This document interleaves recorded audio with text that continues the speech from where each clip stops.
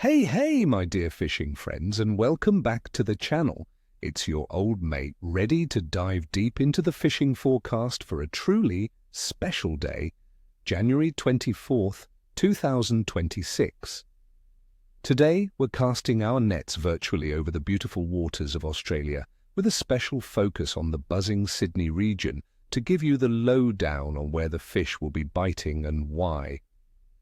This isn't just any summer day, friends.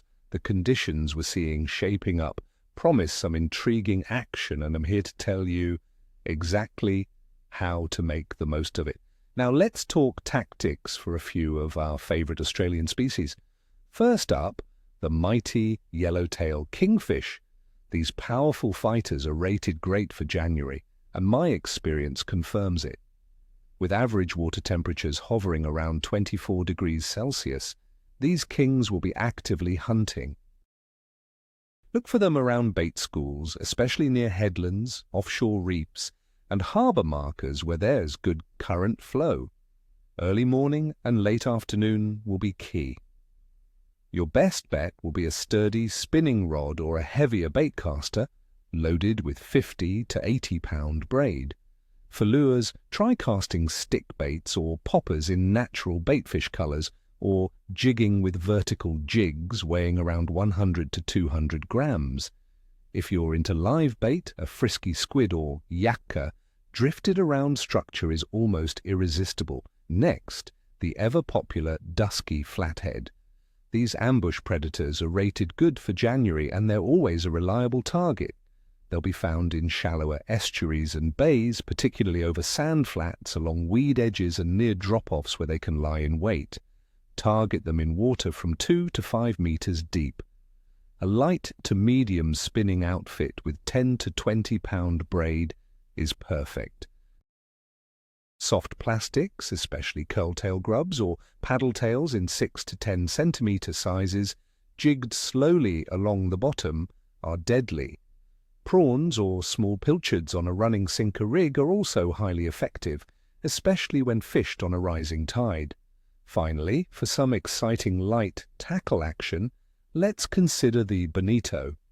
These speedy torpedoes are active when the water temperature is around 20 degrees Celsius, which is right in our comfort zone for Sydney in January.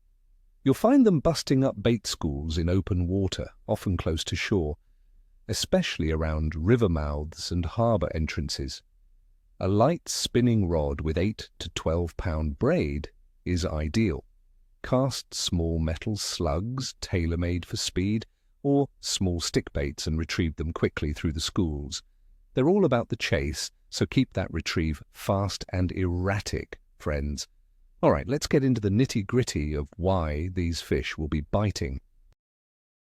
For January 24th, 2026, we're looking at classic Australian summer conditions around Sydney.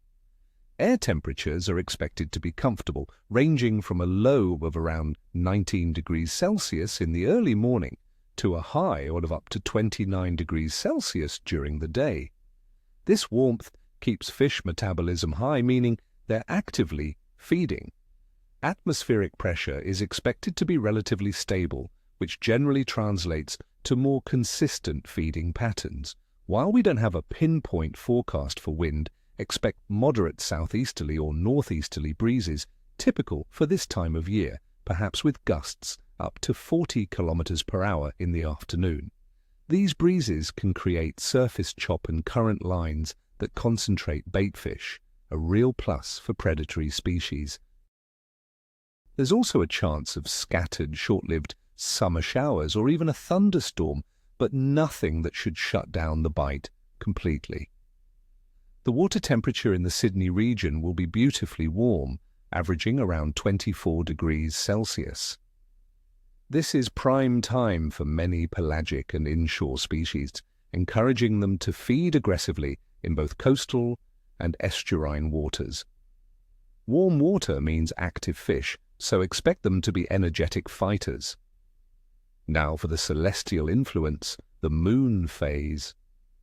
On January 24th, 2026, we'll be under a waxing crescent moon. The illumination will be around 32 to 34%, and the moon will be about 6 days old since the new moon.